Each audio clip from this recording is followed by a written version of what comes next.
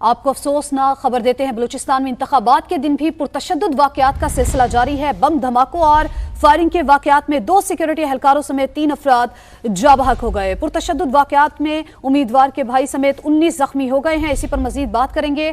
नूरुल आरिफीन ने हमें ज्वाइन किया है, तो उनसे जानते हैं कि क्या सूरत हाल है। बताइए नूरुल आरिफीन, क्या डिटेल्स हैं आपके पास? ऐसा है कि जो इंतखाबात के दिन ही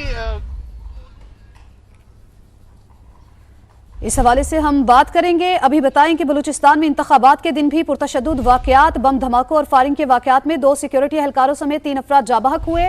पुरतशद्दुद वाकयात में उम्मीदवार के भाई समेत 19 जख्मी हुए हैं। लेविज हुकाम की जानिब से यह कहा गया है। तो आपको बता रहे हैं कि बलूचिस्तान में इंतखाबात के दिन भी पुरतशद्दुद वाकयात, बम धमाकों और फायरिंग के वाकयात में 2 सिक्योरिटी एहलकारों समेत 3 अफराद जाँ बहक हुए हैं। पुरतशद्दुद वाकयात में उम्मीदवार के भाई समेत 19 अफराद जख्मी हुए हैं, जिनको अस्पताल मुंतकिल किया गया, जहां पर उनको तिब्बी इमदाद दी जा रही है। मुजीबुल्लाह ने हमें ज्वाइन किया। मुजीब, बताइए आपके पास क्या डिटेल्स हैं? इंतहाई अफसोसनाक वाकया है।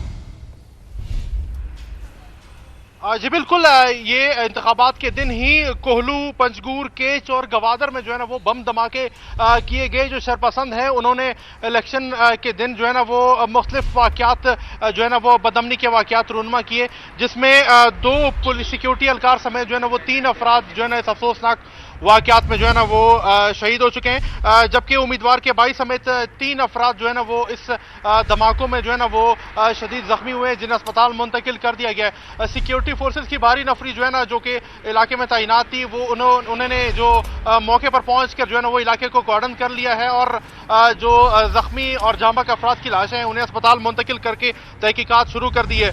जो ज़ियारत की तहसील संजावी PB 7 पोलिंग स्टेशन के 2 गुरों में तसादुम हुआ। उस तसादुम के नतीजे में जो है ना वो एक जो आज़ाद उम्मीदवार था उसका कारकुन जो है ना वो जाँ बहक, जबकि 3 अफराद जख्मी हुए।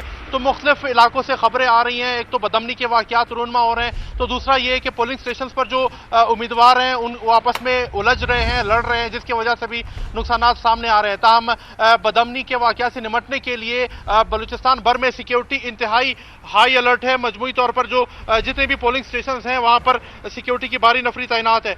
65,000 से ज्यादा पुलिस और सिक्योरिटी नफरी तैनात की गई है मुख्तलिफ पोलिंग स्टेशन पर। और शहर में भी जो इजाफी गश्त का जो सिलसिला है वो जारी है। सूबे भर में मुख्तलिफ जितने भी अजला है जो हसास और इंतहाई हसास पोलिंग स्टेशन है वहाँ पर भी सिक्योरिटी की भारी नफरी पोलिंग स्टेशन के अतराफ और इलाके में गश्त का जो सिलसिला है वो भी जारी रखे हुए, ताकि किसी किस्म का जो नाखुशगवार वाकया रूनमा हो या उसको तदारुक किया जाए या उसको फौरी तौर पर उसको रिस्पॉन्ड किया जाए। जी ठीक है। बदमनी और नाखुशगवार वाकयात के पेश नज़र सिक्योरिटी हाई अलर्ट है और इंतहाई सख्त कर दी गई है।